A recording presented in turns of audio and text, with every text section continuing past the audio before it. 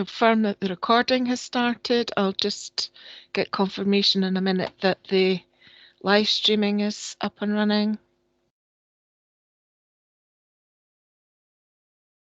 And that's us live, Chair. Okay, thank you.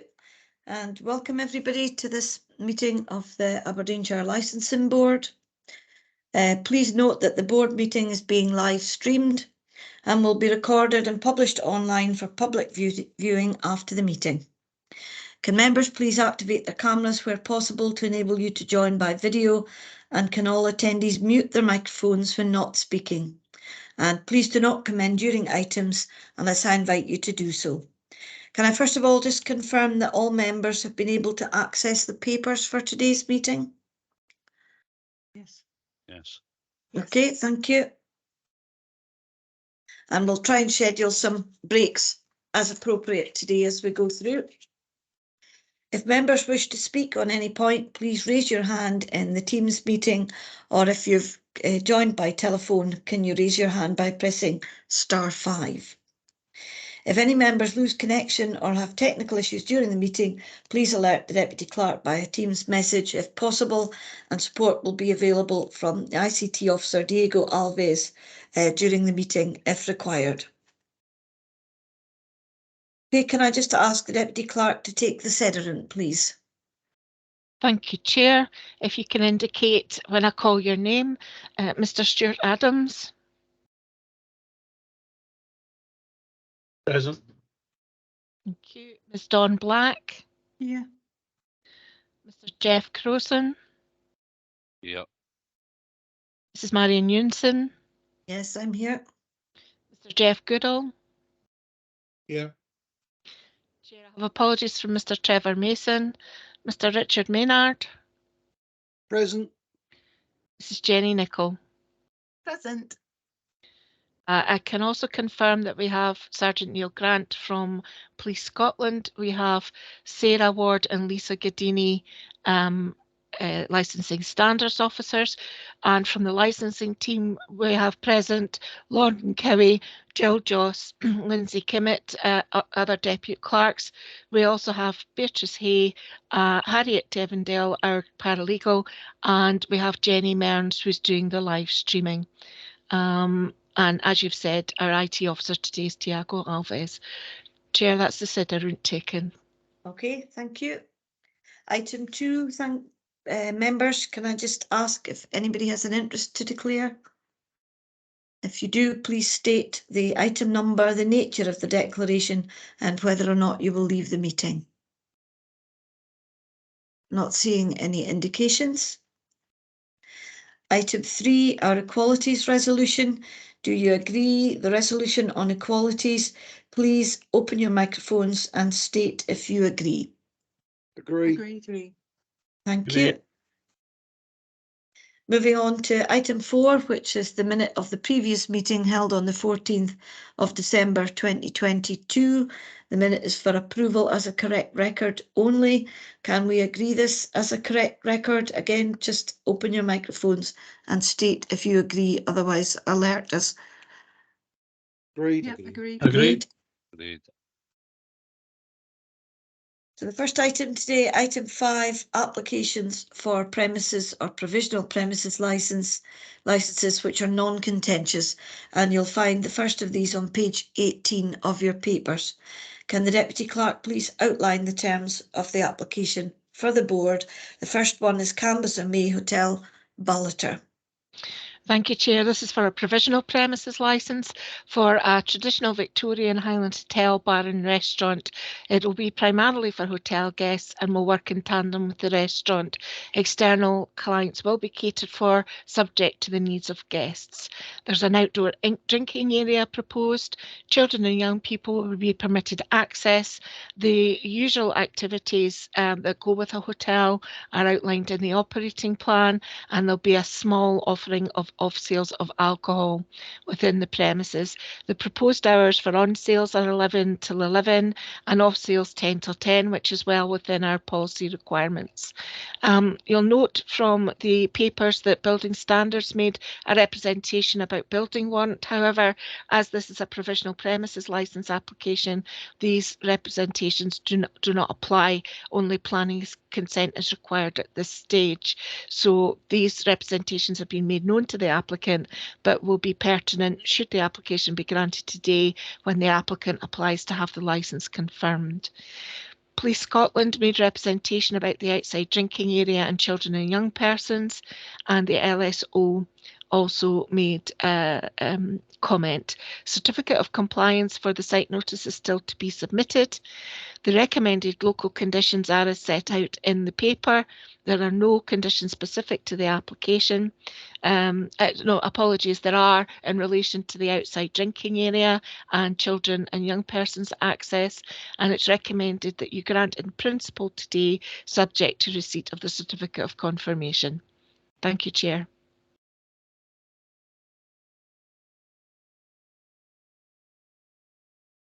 Chair, you're on mute. Apologies. Do members have any questions or comments? No. So do we agree then in terms of the recommendation at 1.2a, do we have sufficient evidence to allow the determination to be made? Yes. And in terms of the recommendation 1.2b, have we determined that there is sufficient evidence and the application should be granted or refused? So are we granting subject to receipt of the certificate of confirmation? Yeah, agreed. Agreed? Grant, yeah. Thank you. All right, if I ask the Deputy Convener now to move on to the second application, which is on page 21. It's Turf United Football Club Supporters Bar. Thank you for promoting me to Deputy Convener. So, Deputy Clerk, sorry. This is a full licence in the respect it's not provisional, but also in respect it's not a members club licence. Turf United Football Club supporters have a separate premises in respect of which they have a club licence. This is a new licence for a small bar at the football grounds where their team regularly plays football. It's relatively small. It only holds between 30 and 40 people. It will not have any core hours because they will only open to trade either if there's a home match on or for certain functions within the premises. You'll see that if match days are on a Saturday and Sunday, they'll trade between 11 in the morning and 12 midnight. And if matches are on a Monday to Friday, they'll trade 6 p.m. to 12 midnight. And these operating hours are accommodated within the seasonal variations section of the operating plan rather than being set as core hours. There will be access for children and young persons, and there will be access for off-season games in July in the summer. The off sales are permitted, but it's not anticipated that this will be a large part of the operation of the business. You can see that the only representations made were from the Licensing Standards Officer in relation to some amendments to the operating plan. I can confirm that an amended operating plan was lodged on Monday, which addressed all the points raised by the Licensing Standards Officer, and the certificate of compliance has now been submitted. The police conditions as well were amended within the amended operating plan. They were in line with the recommendations made by the LSO. The certificate of compliance has been submitted. The conditions are recommended, are all local. There are no conditions specific to the application, and this one is recommended for grant. Thank you, Chair. Okay, thank you. So our members, have they had sufficient evidence to allow determination? Yep. Yep. Yes. So Yep. do we agree to grant this application in full? Agree to grant. Yeah, agree. Okay, Agreed. thank you. So we'll move on now to application number 3, White Hills Premier Store White Hills, which is on page 25 of your papers. Thank you, Chair. This is a provisional premises licence. This is for a brand new purpose-built convenience store, including a cafe and alcohol store and staff facilities in White Hills. It's currently trading on occasional licences. We're hoping to have the application for confirmation in relatively soon, should this licence be granted today. You'll see that the operating hours for both on and off sales are, as in the report, 11 till 10 for on sales, 10 till 10 for off sales. And I have to say that the setup for off sales within the store is quite exceptional, having a sectioned off area for beer that only over 18s can get access to, and spirits behind the bar, the till area, so it really is restricted in terms of who can get access to that alcohol. And it's quite unique in premises that I've seen. The representation by building standards, as I've explained, again, because this is a provisional, would apply to the confirmation application, so it's not relevant. The licensing standards officer made some comments in relation to the key to the plan. I am anticipating receipt of an amended layout plan within the next few days. It's being drawn up by the architect. I've had assurances from the solicitor that it will be lodged. I have received an amended key correcting the accessible and inaccessible areas, and the applicant has accepted all of the local conditions. I now also have a certificate of compliance for the display of the site notice. The recommended conditions are as set out in the report. There are local conditions and there are specific conditions which relate to the delivery of alcohol. Therefore, I'm recommending that this be granted in principle, subject to receipt of the corrected layout plans. Thank you, Chair. Okay, thank you. And again, any questions or points to raise, members? No.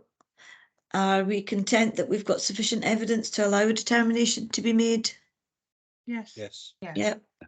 So in that case, in terms of the recommendations at 1.2b, having determined that we have sufficient evidence, should the application be granted, but it would be subject to the receipt of the updated plan. So it would be a grant in principle. Agree. Agreed. Agreed. In principle. Okay, thank you, members. Right, we move on to item 6, which are applications for major variations, again, non-contentious. The first one is on page 42, Fetter Cairn Distillery, Cafe Shop and Visitor Centre at Fetter Cairn. And I'll ask the Deputy Clerk to outline the terms of the application for the board. Fiona, please. Thank you, Chair. You'll see that the applicant is increasing both on and off sales at the premises to have the terminal hour for on sales increase from 5:30 to 10 p.m.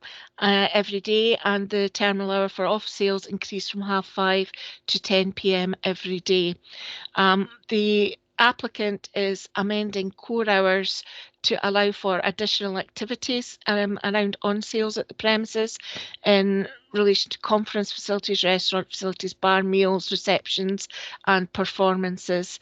There are also activities that will take place out with the core hours and whisky tours, and some activities will commence at 6 a.m. without the sale of alcohol. All of that's been included within the operating plan, but the main function of the premises will remain a distillery visitor centre. The certificate of compliance is still to be submitted for this application, so any grant will be a grant in principle. The police had no adverse comments to make. The LSO had no adverse comments to make, and building standards confirmed the capacity for the premises. Unusually, Mearns Community Council lodged a response and actually submitted a letter of support in favour of the operation, so that is to be noted. The applicant has accepted the capacity and has agreed the conditions which are set out in the report. There are local conditions recommended and no conditions specific to the application. So it's recommended that this be granted in principle, subject to receipt of the certificate of confirmation. Thank you, Chair. Okay, thank you.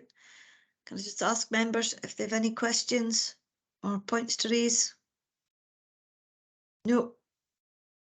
In that case, can we just confirm that you've received sufficient evidence to allow determination? Yes. Yes. So in terms of the recommendation at 1.2, having determined that there is sufficient evidence, should the application be granted? And again, it's subject to receipt of a certificate of confirmation. Agree. Grant in principle, agreed. Yeah. Okay, thank you. So that application is agreed. Moving on to the second application, it's for Aldi store in Ellen. That's on page 45. So again, I'll hand over to Fiona. Thank you, Chair. You'll see from the report that there's no change in operating hours, the maximum already being in place. The applicant is adding seasonal variations to increase our alcohol display between the 1st and 31st of December for the Christmas period and for the week prior to Easter Sunday for a duration of 21 days. They're adding recorded music, background music, both within and out with core hours. They're adding a click and collect delivery service. They're making provision for the forthcoming deposit return scheme, and they're increasing their permanent off-sale display capacity, but only slightly, and their seasonal display in accordance with their amended seasonal variations, and they've changed the layout plan to reflect the change in display area and the capacity of the display area. I can confirm that we have received the certificate of compliance since the agenda went out, so that is now in order. Police Scotland had no comment, subject to conditions about age verification for the click and collect and remote sale of alcohol. And the LSO recommended current conditions remain on the licence. The applicant has indicated they're accepting the conditions. The conditions are as set out in the report. The recommended local conditions and specific conditions relating to click and collect and delivery of alcohol. So this application is recommended for grant, Chair. Thank you. Okay, thank you. Do members have any questions? Points to make? No. I just had the one query. I think we maybe have an answer now to as to why they needed to extend their alcohol area in the lead up to Easter.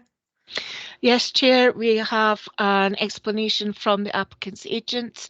I can read it out if the board wishes me to do that. Yes. Yep. Yes, please. The explanation is Aldi like to be very specific. Their year-round capacity is relatively small compared to other supermarkets. Some supermarkets might go for a larger capacity in their licence and then not use the whole capacity for alcohol all year round. They might fill it with soft drinks. Aldi don't do this.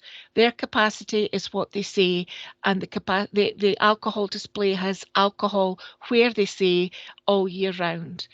The main justification for Easter extension is that Aldi often gets seasonal products coming in for Easter. Seasonal wines at Easter, eggnog at Christmas, for example.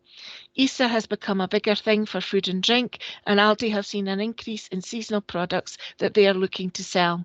So the additional space is to cater for these special seasonal products without requiring a larger capacity all year round. That's the explanation, Chair. Thank you. Are members agreeing that we've seen enough evidence to allow a determination to be made today? Yes. So in that case, do we agree the recommendation? It would be a full grant. It's at 1.2b.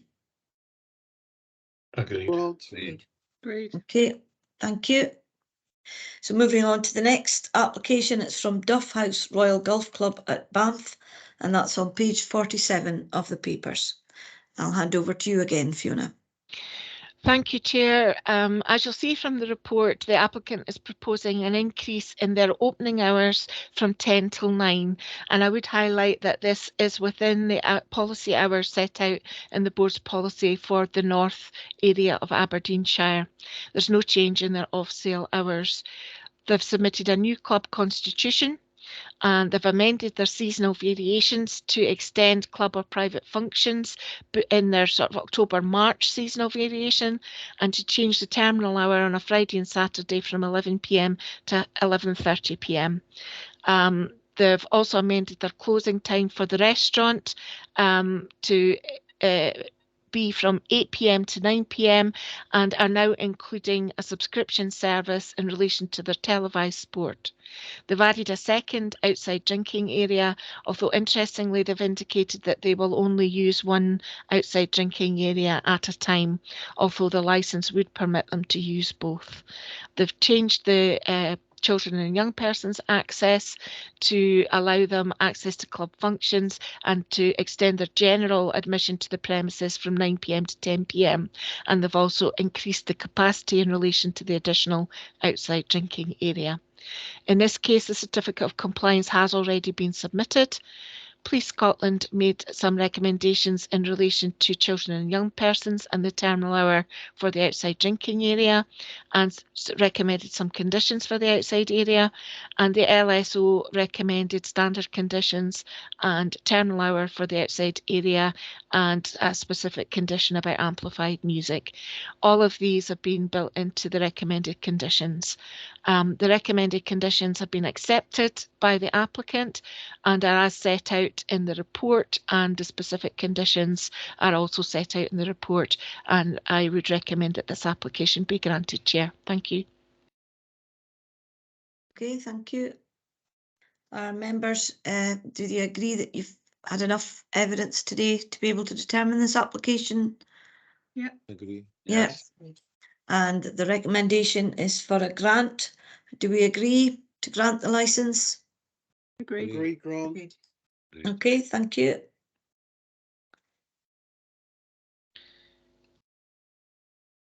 Thank you, Chair. The next application is for the Ray Moyer Garden Centre at Bankery. You'll see that it looks as if this is a reduction, and when you look at the hours, they're reducing their trading hours for on sales and off sales. However, part of the application relates to a change in layout and an increased off sale capacity and removal of seasonal variations, which counts as a major variation. So essentially they're doing everything in the one application rather than submitting a minor application followed by a major. It's all captured in the one. So as well as reducing their trading hours, they're varying their times for their cafe and for on-sale consumption.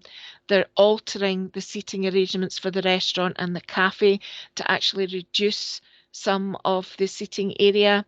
They're providing new indoor counters and server areas to the restaurant and the cafe, and they're moving the previous cafe server area to increase the retail area of the store. They're including an additional display area for seasonal products, and the additional off-sale area would only be used from October to December. It does not increase the size of the display area, but alters where it is located within the store. The previous seasonal variations are no longer required, and it is also intended to provide sale of alcohol by way of an online delivery service. The certificate of compliance has been submitted. Police Scotland recommended specific conditions in relating to the outside drinking and also in relation to the delivery of alcohol. The LSO recommended the local conditions as well as specific conditions relating to the online sale of alcohol. These have been captured within the local and specific conditions recommended in the plan. Building Standards made comments in relation to completion certificates, but for the purpose of a major variation, all that is required is a building warrant, not an actual completion certificate, so that this does not prevent you from granting the application today. The applicant has agreed to the recommended local and specific conditions, which are as listed in the report, and this is recommended for grant, Chair. Thank you. Okay, thank you. Members wish to debate this application or ask any questions? No.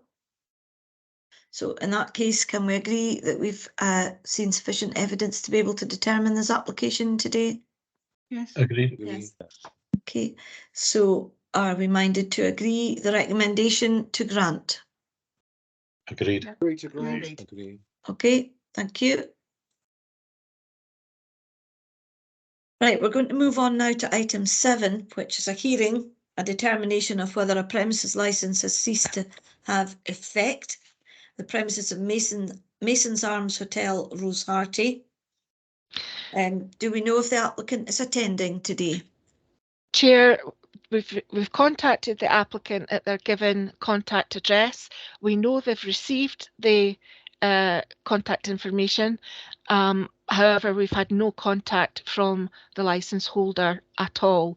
So the first point of procedure today would be whether the board wish to proceed with this in the absence of the licence holder.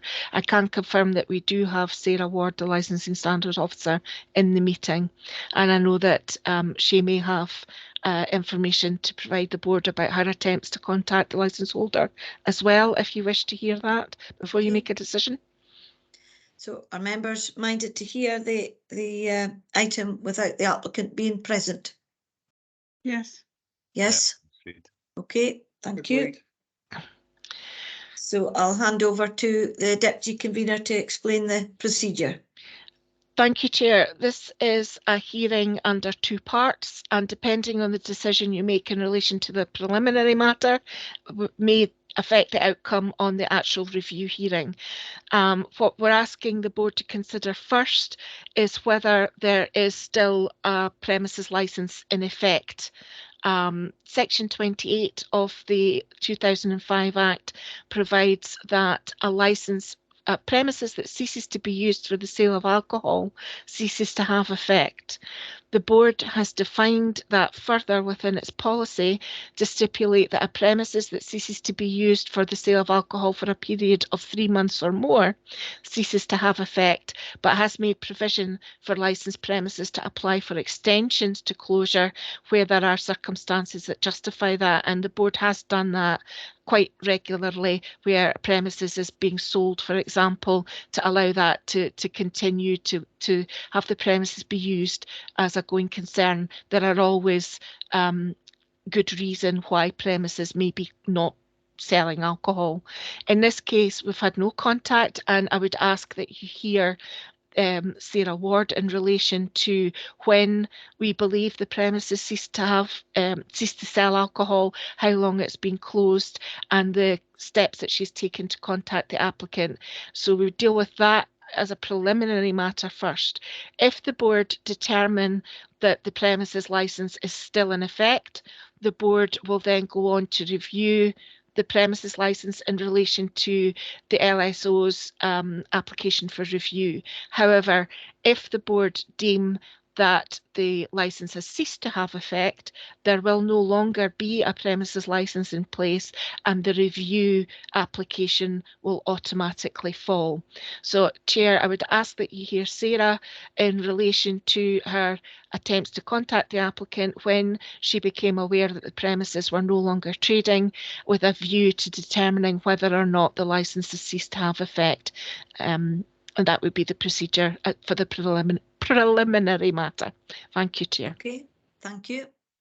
So, well, we've had it confirmed that Sarah Ward, the Licensing Standards Officer, is in the meeting. So can I ask Sarah just to outline her investigations and the length of time the property has been closed? Sarah, please. Good morning, board members. So in summary, the paper before you today is for the board to consider the Mason's Arms Hotel Rosehearty, which have ceased to have effect in terms of Section 20 of the Licensing Scotland Act and the Licensing Board's policy. The report also confirms that the licence holders have failed to comply with payment of annual fees as per Schedule 2, Para 10 of the Act, which Sorry, is obviously a Sarah, mandatory condition. can I interrupt? Yes. We're just looking at whether the licence has ceased to have effect or not at the moment, not Okay. the failure to pay the mandatory fee. So Okay. if you could outline to the board when you had evidence that the premises ceased to trade in alcohol and your attempts to contact them over that period. Okay. And if the board determines that the premises has ceased to have effect, we won't go on to consider the breach for failure to pay. But if they do consider a licence is in effect, we'll ask you to speak about the breach of conditions separate. So it's purely when did they stop trading, when did you become aware, and what Okay. attempts have you made to contact the premises? Thanks. Yeah. Okay, no bother. Do apologise. So I'm not actually sure when the premises stopped trading because I've had no communication from the premises.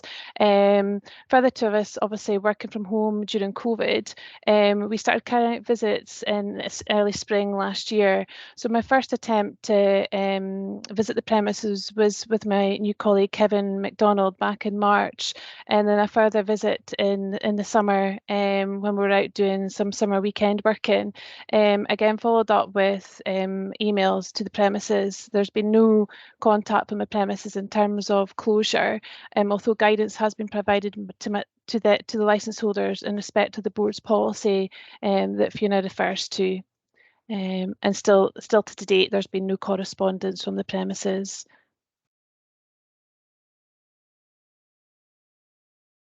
That's a matter in terms of the closure. I don't have a date of when they've closed, Fiona. But as far as you're aware, when you visited in March last year and when you revisited in the summer, they were closed. Correct, yes. Thank you. Do Chair. members have questions to ask? Because, I mean, Sarah has detailed visits and emails and lack of contact. Does anybody have any questions?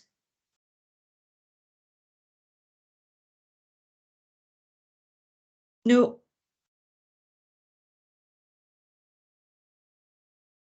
Can I just ask Sarah then, on the basis of those visits and no contact via emails, is it your assumption that the business is no longer trading? That would be correct, yes. Can I just go to the Deputy Clerk then to see how we proceed? Thank you, Chair. If there's no questions, it would be a case of, does the board have sufficient information to make a determination in relation to section 28 and then to move to decide whether the licence remains in effect or has ceased to have effect in terms of section 28? Okay. Right, members, do you feel that you've heard sufficient evidence today to be able to determine whether the licence still remains in effect? Yes. Yes. So in that case, do we agree that under section 28, the licence has ceased to remain in effect? The premises are no longer trading in effect. Agree. Agreed. Agreed. So in that case, we wouldn't move on to the second stage. That's correct, Chair. With that decision taken, there is no longer a premises licence to review, so the remainder of the review application falls and the file will be marked that the licence has ceased to have effect. Thank you, Chair. Thank you. Right, we then move to item 8. Item 8, we know the applicant has withdrawn the application, so that item will not be heard today, so it's withdrawn from the agenda. So we go to the first of our review papers today. So item 9.1, the Licensing Scotland Act 2005 fees review. That's on page 165 of your papers, and the officer speaking to the item is Lauren Cowie. Lauren, please. Thank you very much, Convener, and good morning, members of the board. The report in front of you sets out the responses that were received to the public consultation on the proposals to increase our fees to ensure the costs of providing the licensing service is met by the licensing income, and asks the board to agree to increase the fees as set out in Appendix 1 to the report. A consultation took place from the 15th of December to the 23rd of January, and only 8 responses were received. It's quite a low number. However, all of the responses showed that they feel that the proposed increases are high and that it could have an impact on the viability of businesses. There may be some confusion there because these fees are only chargeable when a business wants to either transfer or where they want to vary the way that they operate. And that would just be a business cost for them to take into consideration in terms of viability for that variation. The decision before the board today also doesn't change the annual fees that premise licence holders pay, because that is also set by statute. There were suggestions in the consultation responses that the council should cut costs rather than passing on higher fees. I understand why that comment was made, but I would want to provide assurance to the board that we do, wherever possible, seek to reduce our costs. For example, the way that we're holding this meeting today is an example of how the council is reducing costs in terms of travel, both time and cost, and less printing as well. We've moved away from sending letters unless an applicant doesn't have electronic means of communication. We've also introduced an online application system for occasional and personal licences in the liquor realm, which ensures a faster turnaround and less time to spend on them too. However, the fees for both occasionals and personal licences are set by statute, and we have no control over those. There are plans to include major variations in new premises licences as options to apply for online. We're hoping that that can be progressed in the next year or so. One of the issues, though, is that the time spent by my team on applications is increasing, and that's the main due to either poorly completed application forms or a lack of understanding from applicants. And there can be a need for a considerable amount of time to be spent on them to get to a position where they can be competently processed, which then reduces the need and additional costs of hearings as well. We want to provide a good service. We want to provide support and guidance to applicants, and want to work with them to ensure that they get what they're looking for from the process, rather than spending less time on applications and not giving that guidance and support. We don't want to be unhelpful. We don't want to lead to even more delays. There are comments also in the consultation that occasional licences are too cheap and that we should increase those fees. Completely agree. The Scottish Government consulted with licensing boards and the public on occasional licences pre-pandemic with a view to increasing the fees. However, we've seen no action on this to date, and from what we hear, there won't be any either. And to me, that seems contradictory to the licensing objectives, particularly promoting and improving public health to promote cheap access to alcohol. And perhaps this is something that should be brought to the Scottish Government's attention. I recommend to the board that you agree to increase the proposed fees as set out in Appendix 2 and consider whether or not you wish us to write to the Scottish Government. If you do, then I would ask that the board delegate that to the convener of the board to the clerk of the board following consultation with the convener and the deputy convener as to the finalised wording of any such letter. Thank you. Okay, thank you, Lauren. The members wish to discuss the content of the report. Any points to raise or questions?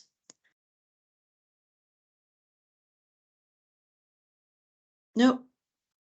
I would just like to comment on the responses with regard to the fees for occasional licences.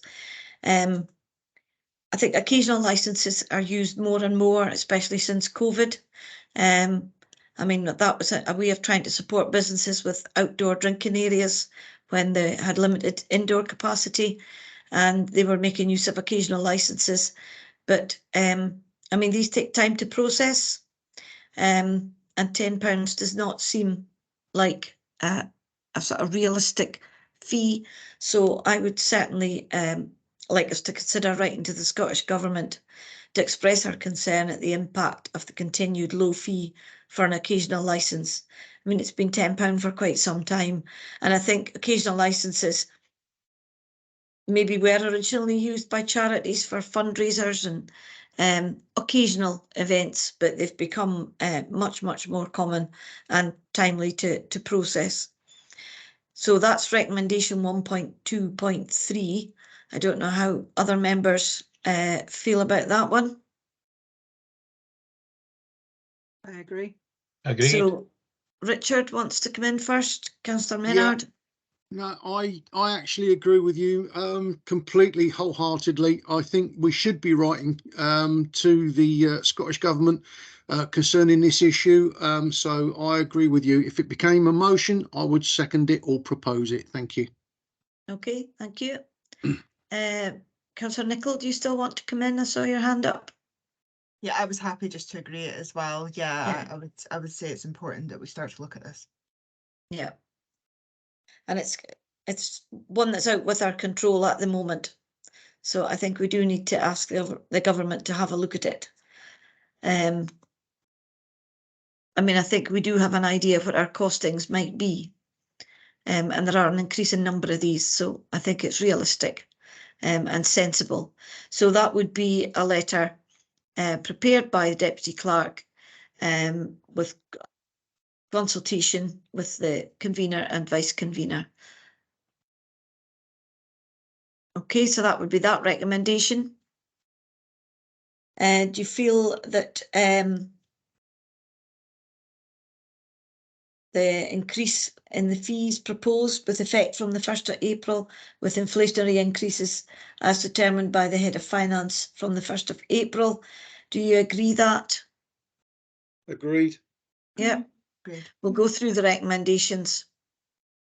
We've done 1.2.1. We've considered and commented on the responses in the consultation, agreed to the increase in fees with inflationary increases, and 1.2.3, we've agreed to write to the Scottish Government to express concern at the impact of the continued low fee for occasional licences, and that would be for the delegate to the Deputy Clerk. Okay, thank you. Moving on to 9.2, which is the review of licensing policy, the statement update. And again, the officer taking the item is Lauren Cowie, and that's on page 177 of your papers. Thank you very much, Convener.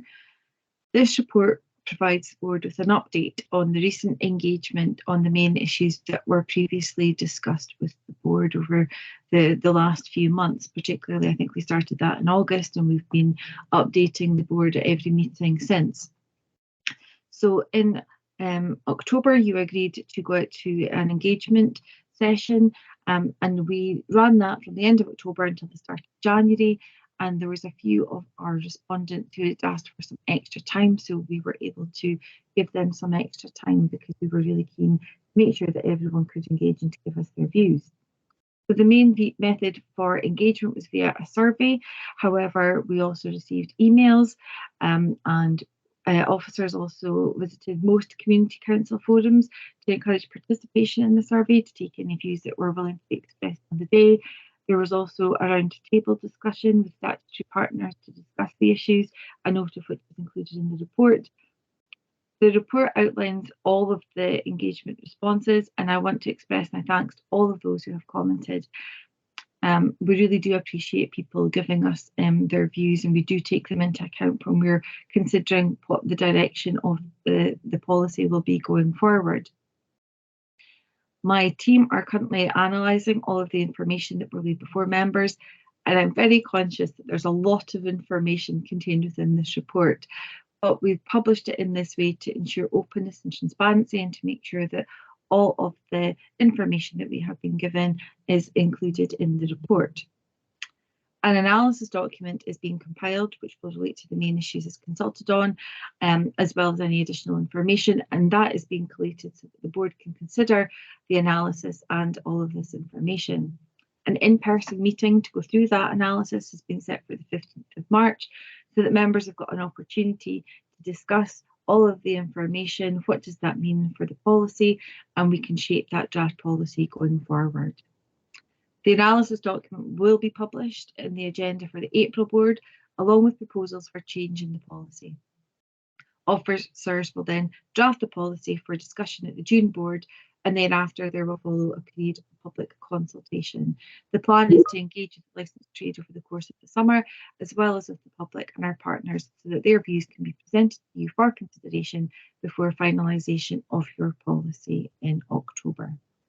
I'm happy to take any questions at this stage, though I appreciate that members may want to wait until the analysis document is available. Thank you, Chair. Okay, thank you, Lauren. Any questions or comments? No, I was just going to comment that in terms of consultations, it's a bit disappointing that there was only one reply from a community council, you know, because they're a body that are consulted on virtually everything we do. It would be good if they were more engaged with the licensing process. It's maybe something we could work on in the absence of a licensing forum, is to engage a bit more with the community councils, because it would be good to get some more community input, I think. Lauren? I totally agree, Convener. I think that was one of the reasons why we wanted to go around all of the community council forums to try and, so it wasn't just an email that was sent to them, but we took officers to time from our evenings to go and speak to them. So I was disappointed that there wasn't more of a response. We'll certainly offer that opportunity again through the public engagement session, maybe when there's more or something firmer for them to comment on or to discuss, they might find that a bit easier to comment on. So a lot of those that we spoke to said that they would go away and discuss the matters with their community councils, but as I say, perhaps when there's a firmer proposal on the table, they'll find that easier to do. Yeah, thank you. So in terms of the recommendation at 1.2.1, do the board wish to make any comments going forward? No, not seeing any indication. So in terms of recommendation 1.2.2, does the board note the Scottish Government has published new statutory guidance in terms of section 1421 of the Act? Is that noted? Okay. All right, thank you. And I would imagine we'll be looking at this again further along the process. Okay, thank you. So the next one is 9.3, the consultation on restricting alcohol advertising and promotion. This is the Scottish Government consultation, and the officer taking the item is again Lauren. Lauren Cowie, please. Actually, I'm going to pass actually myself for this one. Oh, it's going to be Fiona. Okay, page 419 of your papers. Please bear with me till I find the page. I can introduce the report while I'm finding the page, Chair. This is a Scottish Government consultation that has recently been published on proposals to restrict advertising of alcohol. First of all, we're asking if the board wish to formulate an official response to the consultation. And if you do, I would intend to either take you through the questions today, or if you want further time to go through that, you know, to submit responses after today's board, so that the clerk, following consultation with the chair and vice convener, can submit that response for you. I have to say this has taken a lot of people on all sides of the trade in the community by surprise. There's a good deal of suspicion around this. I do feel it is important to engage and respond. There are some concerning aspects about this. It will affect our policy and the way we shape our policy depending on when this is brought in. There are a series of 20, 30 questions to answer. My concern about this is also that it doesn't highlight any of the benefits that the trade brings to our economies, our communities, etc. It's very one-sided in favour of public health issues, and that is something you may wish to bear in mind. So first of all, is it something that the board wish to formally respond to? And if so, do you want to go through the questions today while we're in the meeting? And would you prefer time to think about it, or would you like to go through them today and have time to think about it as well? I'm in your hands, Chair. Okay, thank you, members. So do you have a view? Do we want to go through the consultation questions today? Councillor Goodall, please. I think we should respond. We could go through the questions, but we should also consider. I would also say and request that we make this a non-political discussion. I know that could be difficult, but I think we should concentrate on that. Thank you. The board is not a political body, so politics don't come into it anyway. You're sitting as board members, not as councillors, so it's a non-political body, but it's a point well made, Councillor Mr. Goodall. Okay, thank you, Jeff. And Councillor Nicholl wants to come in as well. Jenny? Yeah, I was in agreement. I would like to for us to respond to this. And I'm happy to discuss today, or maybe we do want to have a think about it, and it could be a session by itself, because there are a lot of questions in this, and I think there is an impact on small business, particularly when we look at some of these questions too. So yeah, I'd be happy to discuss either now or after. Okay, thank you. And Councillor Maynard, Richard? Hi, yeah, I think we need to go have a separate session for this and go through it and itemise it, because it has implications across the board, especially for the industry. So I think, you know, we need to really go into some depth with this. So if we could have a separate session, I think would be a good idea. And in the meantime, before we have that session, we could all go through these questions and ourselves, and then, you know, and then take it on board from there. Okay, thank you. So is that the view of all, that we don't go through the questions today? We have a session, but I think it does deserve a fully thought out response. And this is an important consultation. Dawn, Councillor Black, please. Thank you. Yeah, absolutely. We need to put in a formal response from the board, and we do need to go through these questions thoroughly. I would ask for clarification of the deadline for the response being in, so we know what timescale we're looking at. It's a good point. Yes, I'm just looking for that absolutely. at the moment. Early March. That's why I've got my hand up, because it is the 9th of March. So it is quite a tight turnaround. So if we're looking for dates in diaries, that I don't know, exactly. It might prove difficult. To effectively be next week. Yeah. Yeah. If the board are happy to do that, I mean, we wouldn't need to produce a formal agenda because you've already got today's report. It would just be an informal session of the board. So if that's what the board wants, but it would be next week. Okay, that could be a difficult diary issue, but we could see if that's possible. Councillor Crowson, Jeff, please.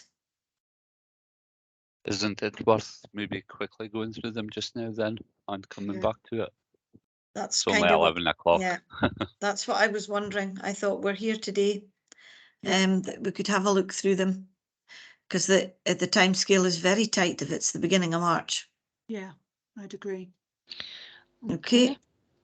The questions start on page 422 of your report, and the first question is, do you think we should prohibit alcohol sports sponsorship in Scotland? Yes, no, or maybe. Got any answers? No. I would say no, but do I see anything different? Councillor Goodall? I don't think we should prohibit it. As we've all been made aware through the press, this could majorly affect one of our prime industries, the whisky industry. So I would say no, definitely. Right. Definitely no. Yeah. Jeff? Other Jeff? I would be inclined with no, because I think we need to concentrate more than changing our attitudes towards drinking in the first place. Maybe the amount we're drinking as opposed to. Okay, so it's a no to that one. And that could then negate the next question. If sports alcohol sponsorship were to be prohibited, what types of marketing do you think should be covered by a prohibition? And they've provided illustrative examples such as prohibiting the use of alcohol brands and clothing worn by players or staff, prohibiting alcohol being advertised on pitchside hoarding, pitches, trophies, interview boards, prohibiting players or staff from featuring in alcohol adverts in print or online, prohibiting online content from linking the sports team players or competition to an alcohol brand or vice versa. And those are just some examples. But you've said there should be no. Yeah. So it would be C, response to question 1, I think. Yeah. So as you say, we've kind of negated that one by the first response. And likewise with question 3, what if any sporting activities or events do you think should be accepted from a prohibition on alcohol sports sponsorship? You've effectively said there should be none. So I would agree with that, Fiona, but just if it were to come in, what would the board's view be on it? Are there exceptions? So even although we're saying we don't think that this should be, we don't think that there should be a prohibition, if there was, are there any particular things that you think should be an exception? I think that's maybe a useful way to look at it. I think, well, just thinking the obvious one would be darts, because the competitions are played in licensed premises generally, but I see others waiting to come in. These hands are not in the right order today. We're back to that again. Jeff, please. Which one? Oh, Crowson. I know that go to sporting events like football, there might be children there, but it's generally directed to adults. I'd be thinking maybe a ban on sporting events that is like a kids' league or something like that, which seems a bit obvious, but I'm just saying it anyway. If the sporting event is a kids' sporting event, then I don't think there should be if it's a sporting event that's more for adults, but there might be kids there, then I think that's okay. Okay, thank you. Jenny, I'm just going to go with first names for speed here, because this will take a wee while. Yeah, I have similar consideration. I think that uniforms, particularly where they have branding on, there are sports teams then sell that on to young people, and I do think we maybe have to consider, is that branding appropriate if it's going to be on kids, possibly onto different sports uniforms and things. That's something I think we'd consider if there was that exemptions. Yeah, that's a good point. I hadn't thought of that one. Jeff Goodall, please. I find this difficult and complex. I'm a thorough supporter of the way they treat alcohol on the continent. I have family all over the continent. I mean, they look upon alcohol as something that's normal, but they don't do it in excess. And I sometimes fear that if we exclude something, advertising on T-shirts, team shirts, whatever, that you're actually reinforcing an inhibition system, which was they tried to use that in America. We had dry towns here like Kirkintilloch. In Kirkintilloch, there's no pubs, and it didn't work. It actually turned the system to the mafia. I know that's an over exaggeration in what we're trying to do, but when you ban something in the mind of a child or the mind of something, why are you banning it? And it attracts them to whatever you're banning. So I'm very concerned about banning anything. Particularly with the experience of France, Italy, Spain, Germany, you name the country in Europe, they take a totally different view from us, and they don't have the same issues that we have. So we must learn from them and stop banning stuff and make it more normal, and to help people who have issues with alcohol, to help them not have issues. Thank you. Okay, thank you, Jeff. Anything Got a else? couple of examples there. Yeah. I think Jeff Crowson's example of sporting events that are primarily for children, and Jenny's about the branded goods that children could wear. Okay, next question is, do you think we should prohibit alcohol event sponsorship in Scotland? I think we've kind of had an answer to that with the previous question in relation to children's leagues, but then you've got Jeff Goodall's comments about prohibition making it more enticing to children. So I think we've got two sides to present there. Split view. I think it's just this whole word prohibition and banning, it's just, that's not the sort of society we live in. But and you've got to think as well, where else are they going to get sponsorship? It could lead to major sporting events really struggling to continue. Okay, so if alcohol events... Jeff. Sorry, Jeff Crowson. Yeah. Sorry, I think in general, and going back to what Jenny was saying about the uniforms and that, it wouldn't be that complicated just to make kid sizes without that branding on it. So there is options for us. I know that we're on to the next question, but just as a general way of thinking, there's definitely a place to separate it, I think, and it can be done on most of these questions. Okay, Jenny? I think we've maybe also got to think about the smaller sports as well, because it could be that you do have local pubs and things who do sponsor a local team, and how that would affect them as well, because there is maybe a whole culture of, you know, them using a function room as well as and going in there after team sports and things, and it might be a sense of community that you lose. It could be a small type of sponsorship from some of our licensed premises. They get their name on the hoarding and they're sponsoring in terms of providing food. So yeah, there's a lot more to this. Jeff Goodall?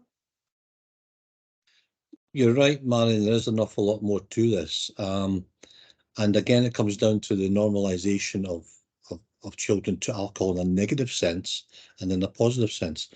I'm loath to admit to this.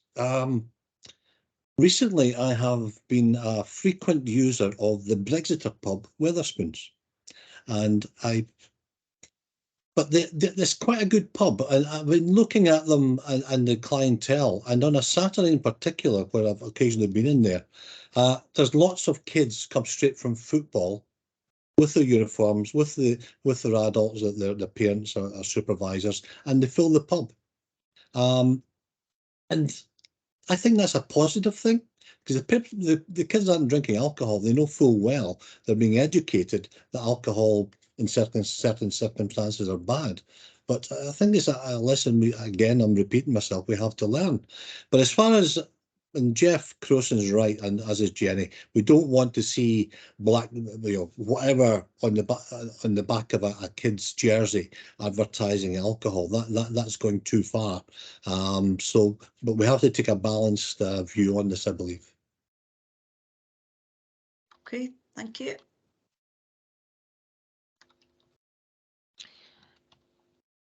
If alcohol event sponsorship were to be prohibited, what types of marketing do you think should be covered by a prohibition? Again, that's difficult because we've already decided that we do. Oh. I mean, the answer to that, I mean, we don't think any, but refer to the above. Yeah. Because you've actually, in the previous answer, explained why it's a problem to prohibit. It's fine. Jeff Croson? I don't know what the fancy words for it would be, but just anything that looks like it's trying to direct it at children through the back door, you know, subtly trying to convince young people to turn into drinkers. I don't know what you call that. Advanced. Yeah. We'll find wording. Yeah. The other Jeff Goodall? I'm just wondering, thinking slightly out of the box here, but we have this in front of us, but do we have any evidence that taking the actions that are mentioned in this questionnaire will have a positive effect on alcohol consumption in Scotland? Because we've went through all sorts of programmes and barring and minimum pricing, etc., but we don't seem to have any true guidance as to whether these things work. Can we look at America, Canada, Australia, New Zealand, anywhere where they have similar cultures to ourselves, and say, yes, this sort of thing actually does the job? Because if it doesn't do the job, then it's a waste of time even talking about it. I'll let Lauren come in first. Yeah. I think that the consultation itself, the consultation document, sets out why they think that it would make a difference, and they set out some of the research that has been carried out by the World Health Organization, etc., and looking at alcohol marketing is threefold. So they're saying that there's evidence around to prevent young people being exposed to alcohol marketing, which is known to influence the decision to start consuming alcohol in the first place, to the reduce of the presence of alcohol cues that can induce reactivity and craving and alcohol dependence, and also to prevent influence in social norms relating to consumption in general. I think that the consultation report itself does reference a lot of research that has been done by various bodies, and it has reported that to the Scottish Government, and it's on the back of that research that they've come up with these proposals, and that's why it's gone out to consultation to see, you know, if this would work here or not. So I think there is a lot of information in there. There's the Celsius reports, there's links to evidence that they have provided with. There is surveys been done in the prisons. There's also been comparisons with other countries, including, I think there was Sweden and Ireland mentioned in there as well. So I'm not saying that I agree or have read all of this or understand all of this evidence, but I do know that the Scottish Government have looked at this and they feel that they have an evidence base for putting this forward, and that's the point of the consultation, as to whether or not we agree with that or not. Okay, thank you, Lauren. That's what I was going to say as well. So, are you wanting back in, Jeff? Your hand's still up.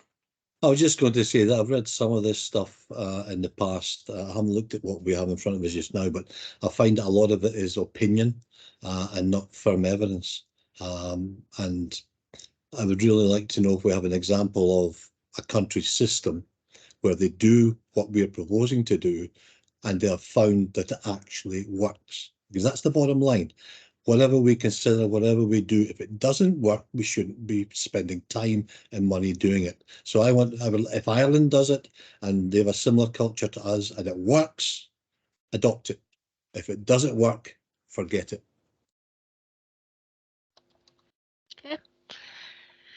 okay. Similar question at number 6. What, if any, events do you think should be accepted from a prohibition on alcohol event sponsorship, and why?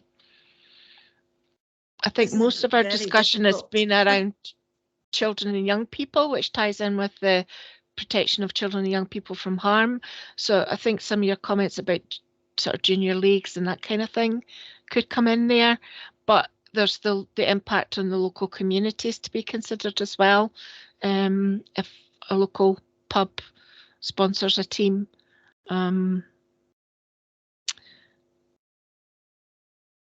if alcohol sponsorship restrictions are introduced, do you think there should be a lead-in time for this?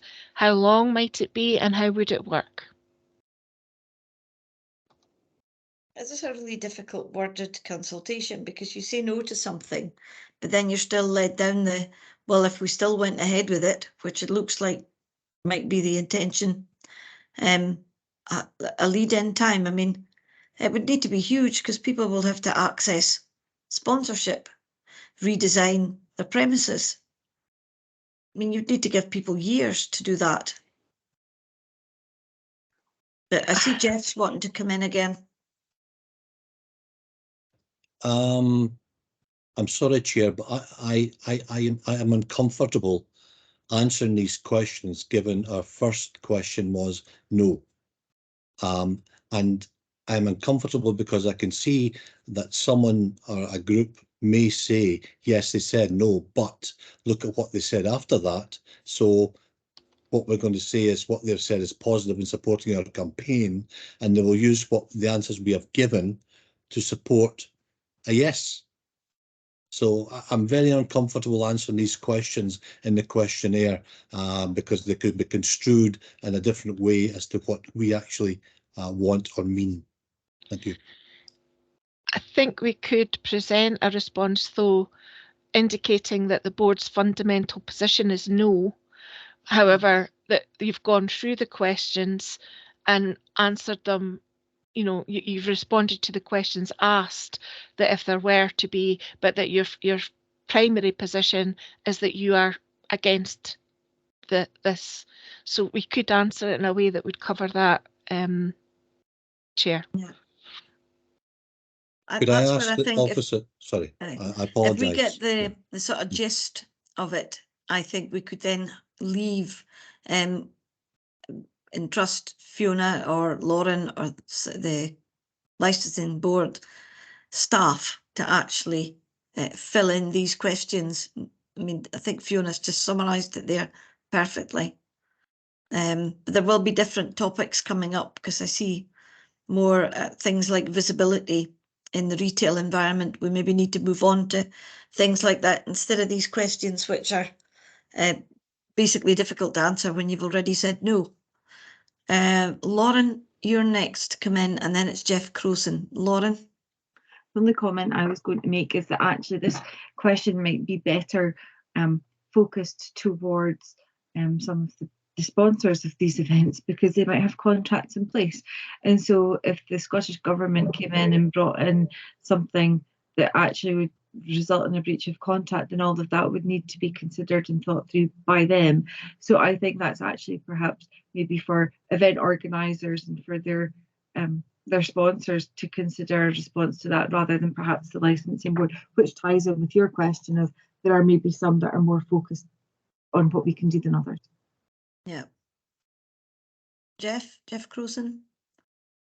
I was just going to say, if I was going to give some kind of indication or an answer, that it should be quite a long time scale, sort of slowly, well considered, thought out process, and starting with not a whole shebang of things coming in at once, sort of step-by-step approach, starting with things that's maybe more affecting children and then looking onto the future. So basically kicking some of the longer, bigger things down the long grass, but there could be some things to start considering that kind of vague answer, if you like. But yeah, I see what you're getting at there. Yeah. Fiona? Yeah, that's all good. I do think there would need to be a lead-in time. I don't think you can just implement this. It's too complicated to say it'll take effect from a specific date. So I do think some kind of lead-in time backed up by information campaigns and publicity would need to be required over and above the contractual and legal side of it for some of the event organisers, etc. Do you think we should prohibit alcohol marketing outdoors, including on vehicles and in public spaces in Scotland? There are already restrictions in what advertising you can do within a vicinity of licensed premises. I'm not sure if the LSOs can provide more information on that at the moment, but they're talking about a prohibition. Now, quite a lot of taxi vehicles, for example, especially in the cities, we currently have an advert policy which doesn't allow them to advertise alcohol, but in some of the cities you might see vehicles advertising that, but certainly in public spaces you'll see hoardings and things, so it's that kind of thing that they're talking about banning. But I don't know, Lisa, Sarah, can you give more information about the current restrictions?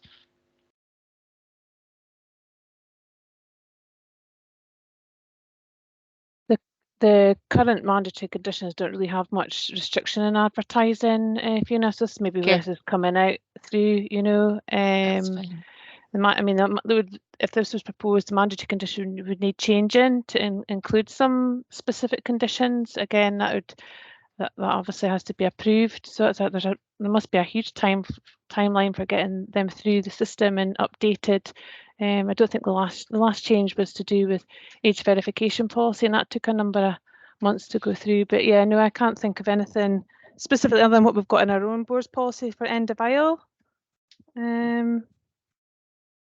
Yeah, the legislative process would be quite time consuming. I'll bring in Lisa. I see her hand up. Thank you. Yes, there is something in condition 13, I think it is, of the mandatory conditions regarding the display and sale of alcohol. So in a premises, they can't display alcohol out with the ranged display area, but the advertising can also not be in the vicinity of the area, which extends to 200 metres of the boundary of the premises. So, for example, a bus stop directly outside the premises couldn't advertise the products from inside the premises, if that makes sense. Yeah. I was thinking about bus stops. I'm glad you mentioned that. Jeff Goodall. I'm just rereading the questions further ahead. They're talking about prohibiting alcohol advertising in newspapers and magazines produced in Scotland, which is very few, but we can't stop anything coming from throughout Europe or England or wherever. And they're also talking about media channels and websites. How do you stop that? Yeah. How do you enforce it? How do you enforce it? Yeah. I mean, but then again, I think to myself, well, we're being asked all these questions and we're going to give answers to it. And if we're going to answer these questions and some of the things like advertising on children's uniforms or whatever, should we not be going back to number one and saying maybe or yes? Because our answers now are contrary to our original answer, which was no. I think it's just that one element, and that seems a sensible element. But I mean, how much advertising? I mean, I'm thinking unless actual genuine football strips where the club happens to be being promoted that year by a beer company, say, there can't be many instances where children's sized genuine strip has an alcohol logo on it. I think some of these seem to be they're reducing, I think, anyway. But it is difficult. I mean, again, looking on to, you're talking about magazines and things. I mean, if you buy Hello, well, that's not printed in Scotland. So if they want to advertise champagne, they can advertise champagne. So it's very difficult how this would actually be rolled out anyway. Richard? I agree. It's social media and certain websites that I go through all advertise alcohol of some form or shape. You know what I mean? So to be honest with you, this is becoming a farce. You know, you're never going to stop it, no matter what these people are putting out this questionnaire. You're never going to stop it because people are going to make money out of it one way or another. Prohibition, I mean, Jeff used the word mafia before, but prohibition just leads to things going underground and then there's no control. It's much better to have things legal in the open where there is control. But do we want to have another look through some of the questions where they go on to different topics? I mean, as I think both Sarah and Lisa, you know, like in terms of question 11 there, when it comes to the visibility of alcohol in places like supermarkets, for instance, we've already got a fair bit in our own policy that restricts where that can be. For instance, ready meals with, I see they've put bottles of Coke and things beside them now in the freezers, where you occasionally used to find bottles of beer, where they're trying to sell the two products at once, that kind of thing. I mean, we have rules for that already. So I don't know if we just want to comment on that. We can certainly go back and stipulate what we already have in our policy. And I mean, question 14, do you think that we should prohibit the sale of alcohol branded merchandise in Scotland? I mean, I don't know if you've been in a distillery gift shop, but you would strip it bare. They wouldn't have anything left to sell. I can't see how that could possibly come in. A lot of our tourism industry would be badly hit by this. Yeah. It's, I mean, they're struggling enough as it is. Jeff Crowson. I was still going through the other questions because, I mean, what I can see, this is just asking for views just now. We're not actually setting policy, and I don't think it is that big a trap if we give our opinions to it. The views that we give will help inform the Scottish Government in reaching a policy on or rules and regulations that could potentially prohibit. But that's what it's asking, is our views on it. Mm-hmm. It's not like what we say is going to be the exact thing that happens. It's going to be then merged with other views of other people and that. Will just be one of quite a few views, I think. Yeah. Are there, I mean, you've got the questions in front of you rather than going through them individually. Are there any that particularly jump off the page that you would want specific answers to? I'm getting a feeling for how you want to answer some of these. There's specific ones there. I see there's a few folk wanting to come in, but there's specific questions about like advertising alcohol when you're in the cinema. You tend not to get alcohol adverts if you're in there to see Frozen. You know, the advertisers know when to target their advert. So if you went to see James Bond, there might be an alcohol advert. So some of the things that are asked are kind of already happening.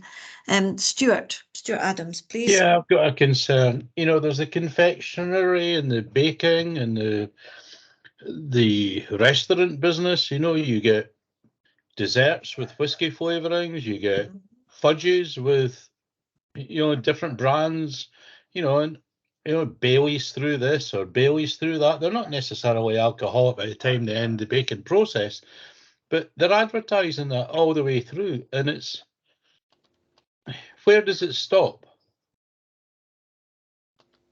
Yeah. Jeff? Oh, sorry, no, Fiona. On you go on. I'll come in after. I'm just wondering if the way to deal with this, we would all have to agree to it, of course, but is to make a statement. Is that permissible? I think it would be simpler. Yeah, to encapsulate our view and say, right, this is what we all agree to, and that's your answer. I don't know what other people think. I have concerns, and I suspect the rest of the team will have concerns from an officer point of view in relation to questions 12, 13 about structural separation of alcohol in Scotland, for example, in supermarkets. Now, I know that our lovely new store in White Hills has done just that, but they've done that out of choice.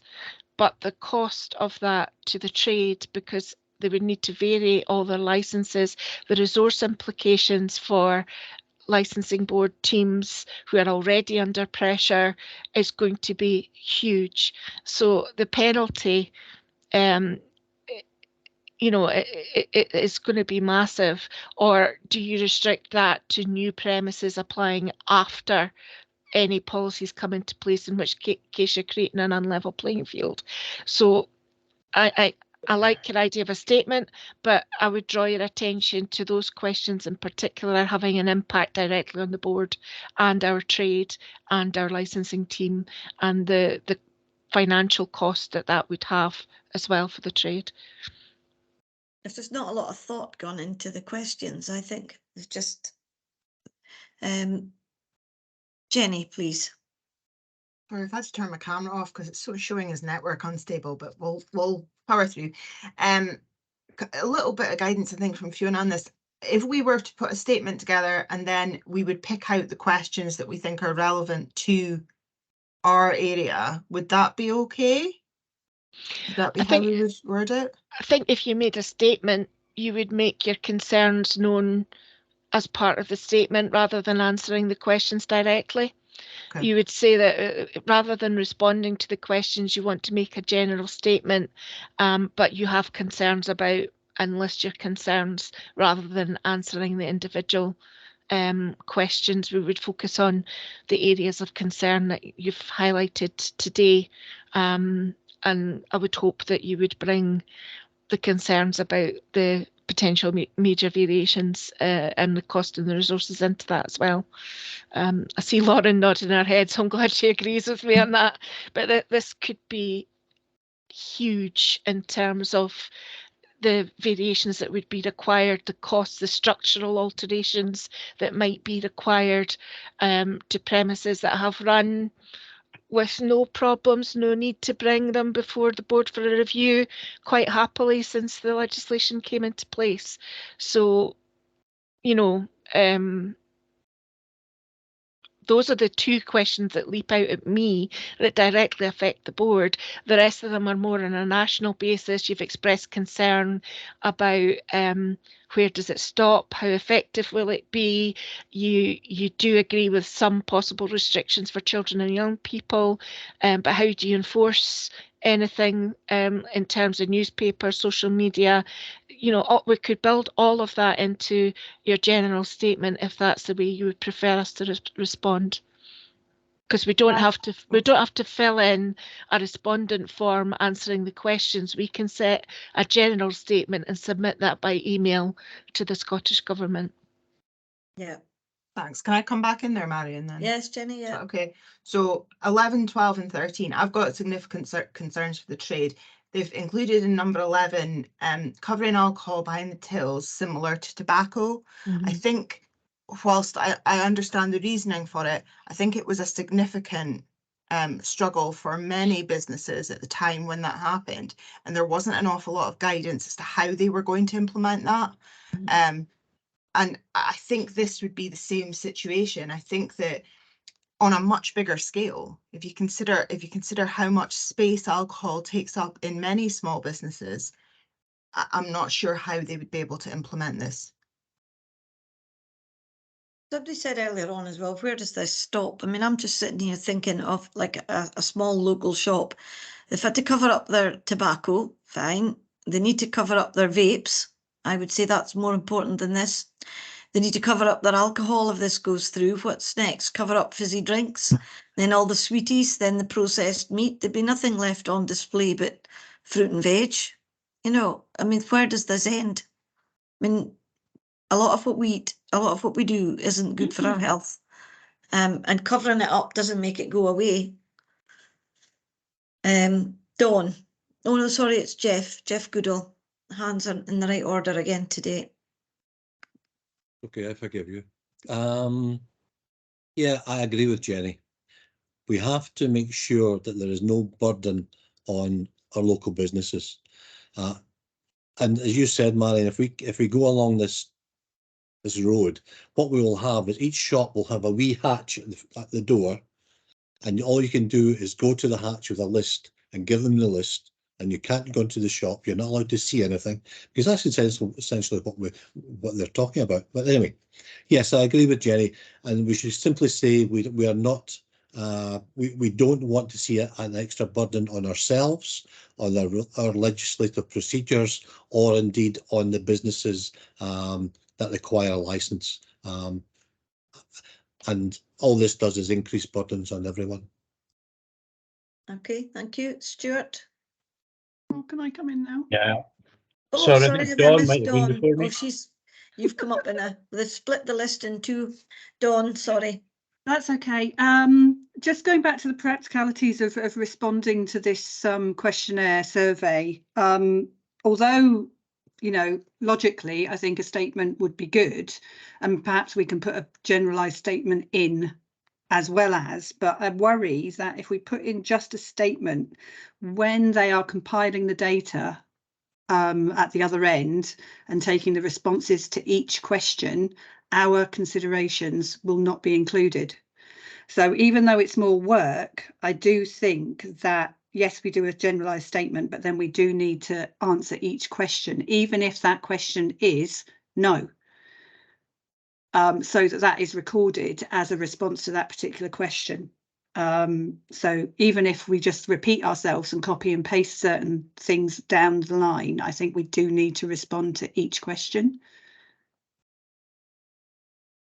Yeah, that's true, because it probably won't count otherwise. Because otherwise it won't come up in the data. Yeah, yeah. Thanks. Dear me. Stuart? I was going to bring up that point there that Dawn did. You've got to respond individually to each of the questions to get your point noted. Surveys and things are notorious for compliance. I agree with what Jeff said as well. I think we do need an overall statement just to show our overall dissatisfaction with it. Point 12, point 13. I went to a Aberdeenshire store last weekend with my partner. She saw the segregated area. God, she was just honed in on it like an Exocet missile. What's this? Oh, I'll have some of that. She had no intention of doing any other type of shopping when she went in through the door. But a nice, new, shiny, separated area. Oh, what's this? Oh, this looks good. I think that is the sense. I've worked in countries, Jeff alluded to families overseas. I've worked in countries where it's literally you have to go to a alcohol store. You cannot buy alcohol anywhere else. I think if we're going down this route of all this nanny state type controls, we just ban advertising and we go back to how it was in the 50s. You can only go to specialist stores to buy off licenses, off sales. And that way you take away all the rest of the impact elsewhere and they just have to get on with life without alcohol. We saw in the 20s and the 30s in the United States when they banned it, it didn't do anything for the sales of the alcohol. It all went underground. Yeah. So I don't think in the long run it's actually going to improve society. I think visibility and awareness counts for much more. Yeah. Thank you. If we were in the chamber, you would probably have had a round of applause there. Jeff Croson, please. Yeah, I think we've got to answer the questions, not worry too much about if one might seem like it's slightly contradicting the other, because all these surveys, anywhere I've done them for anything, always end up to being like that anyway. And when we give a statement, I would like the statement to sort of be along the lines of, this is too much to think about at once, that any steps that we think could improve could be done in a sort of idea by idea basis. Like the uniforms, or like we're not to advertise, it doesn't need to be this one big massive attack on it. That would be kind of my views on it, but we need to answer the questions and get our views in as well. Yeah. Of course, we can also go online and answer this consultation as individuals, give them lots of responses to add to their data. It's what needs to happen if people have views. Jeff Goodall, please. Yes, we've all got views, and my view at the moment on this is yes, we should have we've put forward a statement, but I agree with everyone who's said about answering the questions. Now, I don't like it, but I would suggest we quickly go through this and we just say straight no or yes and get on with it. Yeah, thank you. Okay, we're certainly having a useful discussion. Stuart? Yeah, I would agree there with Jeff. Let's just bang it through. Yes, no, put a supporting statement in. The other thing I would say is when I was a kid and my favourite football team had a certain design on it, I would want that design. And if an aunt and uncle, and for some of these clubs have got quite an international pool, if my aunt and uncle in England could get me it with the full caveat of the strip, I would get them to buy it in Liverpool and send it to Turf. Yeah. Yeah, we don't exist in isolation.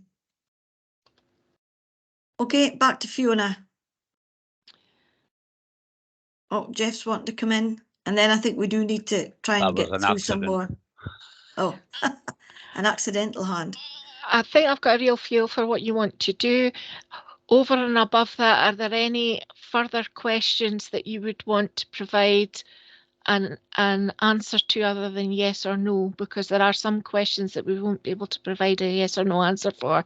I've got a feel for how you would want to reply, but perhaps maybe it's just a case of by Friday or Monday of next week, if there are any other specific comments you want to email them to us, unless you've got views just now. There's an interesting one there at question 37. Do you think that the Scottish Government should require the alcohol industry to provide local alcohol sales data in Scotland? I mean, that doesn't by any means paint a picture of how much alcohol is being consumed, because, I mean, you can buy alcohol online, a lot of people do. I think they would have to be very careful about what they do, because it might impact on competition law, which is bigger than Scotland.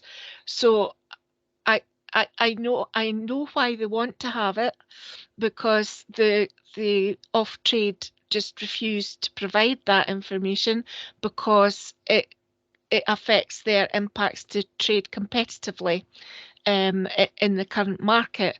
But I'm not convinced that the Scottish Government have the legal powers to be able to do that. I'm sure they'll investigate it as part of their consultation, but it's an interesting question, but I'm not sure they'll legally be able to put that into place. And I'm sure the industry will have quite a lot to say about the legality of that as well. Yeah. Jeff Crowson? I just wanted to add that as a general thinking, I would like the concentration to be on education on how to enjoy alcohol responsibly, as opposed to prohibition. I've picked that up loud and clear. And health risks and things like that at an earlier stage as well. Yeah. So younger people. Yeah. Good. Jenny? Yeah, and I want to emphasize the practicality of a lot of these questions, 21, 22, 23. I mean, it's related to social media and the websites. I mean, alcohol is mentioned in songs. It's mentioned on stage. I don't know how practically we could actually say, no, we're not going to be able to see it on social media. That means, are we not going to be able to take pictures and put them online if we go on a night out? I'm not sure where that ends. So. And I'm not sure, I mean, there's just the practicalities of that, you know, we don't have control over what people see on social media. I think there's that just simply, they would have no jurisdiction to do that. Stuart? I've got some concerns. I don't know what the Estonian model is in 33, 34. What are we comparing to? Come on. We'll need to do research to be able to fill out the questionnaire. Maybe a field trip. Yeah. That'll put up our costs. And there was reference to Norway and Sweden further back as well.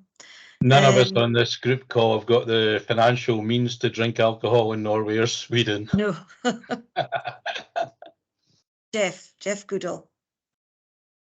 Just along the same lines as everyone else, but we can't watch films. We won't be allowed to watch films because there's alcohol in there. If it's something in a bar, I love Lucifer, which is an American comedy action series, and they're always drinking. They're always drinking Scotch whiskey or whatever. So will I be barred from watching that from now on? I don't know. Or James Bond. Yeah, exactly. He won't be shaken and stirred. He'll just be on.